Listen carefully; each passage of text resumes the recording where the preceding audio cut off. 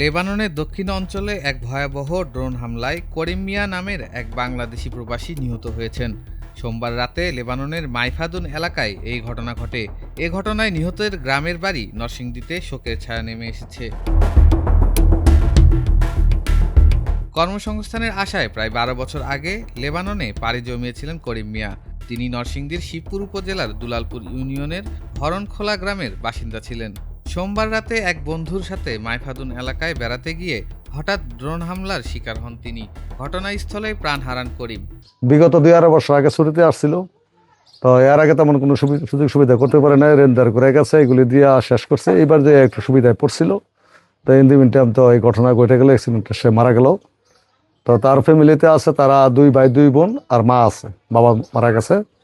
আর বিয়ে করছে, এর একটা ছেলে আছে ক্লাস 5-এ পড়ে, আর একটা মেয়ে 18-19 মাস বয়স। মঙ্গলবার রাতে লেবাননে অবস্থিত আরেক প্রবাসী শাহজাহানের ফোন কলে পরিবারের কাছে মৃত্যুর খবরটি পৌঁছালে পরিবারে কান্নার রোল পড়ে।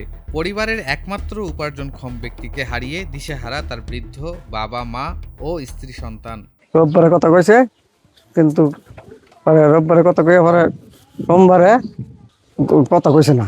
এটা দোকানদারি কত 12 বছর ধরে। আর আমার শাশুড়ি ওনায় বলতেছে যে আপনার ছেলে তো না ফেরার দেশে চলে গেছে। তখন আমার শাশুড়ি তো বুঝে না না ফেরার দেশে কি, মানে আমি তো বুঝতে পারছি যে কি বলতেছে যে মারা গেছে ওনার পরে। আমি কান্না করতেছি, আমার বাসরের পরও কান্না করতেছে।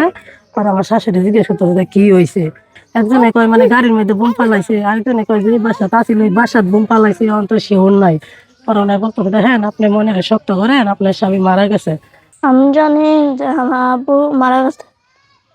আমার দাদিরা যে হুন্ডার থেকে মারা গেছে।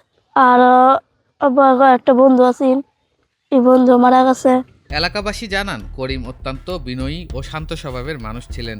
এমন মৃত্যু কেউ মেনে নিতে পারছে না বলে জানান এলাকাবাসী। সে অত্যন্ত ভালো লোক ছিল।